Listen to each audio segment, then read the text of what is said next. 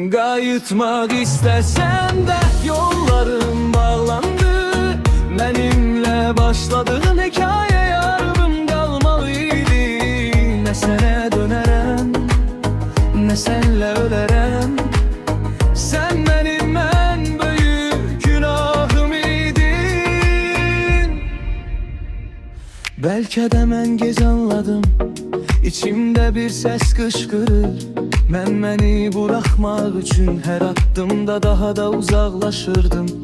Ümid olub səni saxlayan sözlərin çoxdan susmuşdu. Mən kim idim ki yollarını dəyişdirim, onsuz da ürəyin getmişdi. Qayıtmaq istəsən də yollarım bağlandı.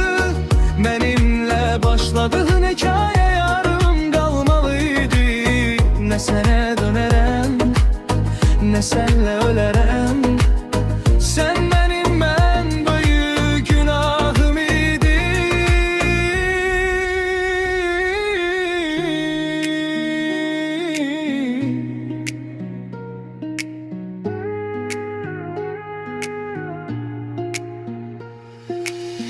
Hər xatirən bir qapıdır günaha.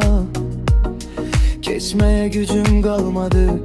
Özümdən keçsəm belə səndən keçmək də asanmış.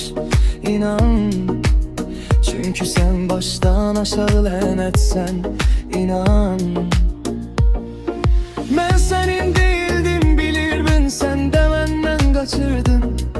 İki ayrı yol seçdik və bu dəfə dönmək çox çətindir. Qayıtmaq istəsəm də yolların bağlandı. Mənimlə başladığın hekayə yarım qalmalıydı. Nə sənə dönərəm, nə sənlə ölərəm. Sən mənim ən böyük günahım idin.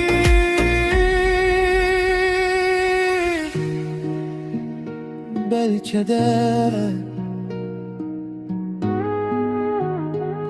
mən sənədən bəlkə də şübhələm.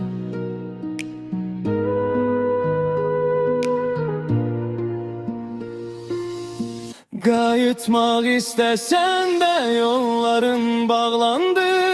Mənimlə başladığın hekayə yarım qalmalıydı. Nə sənə dönərəm, nə sənlə ölərəm.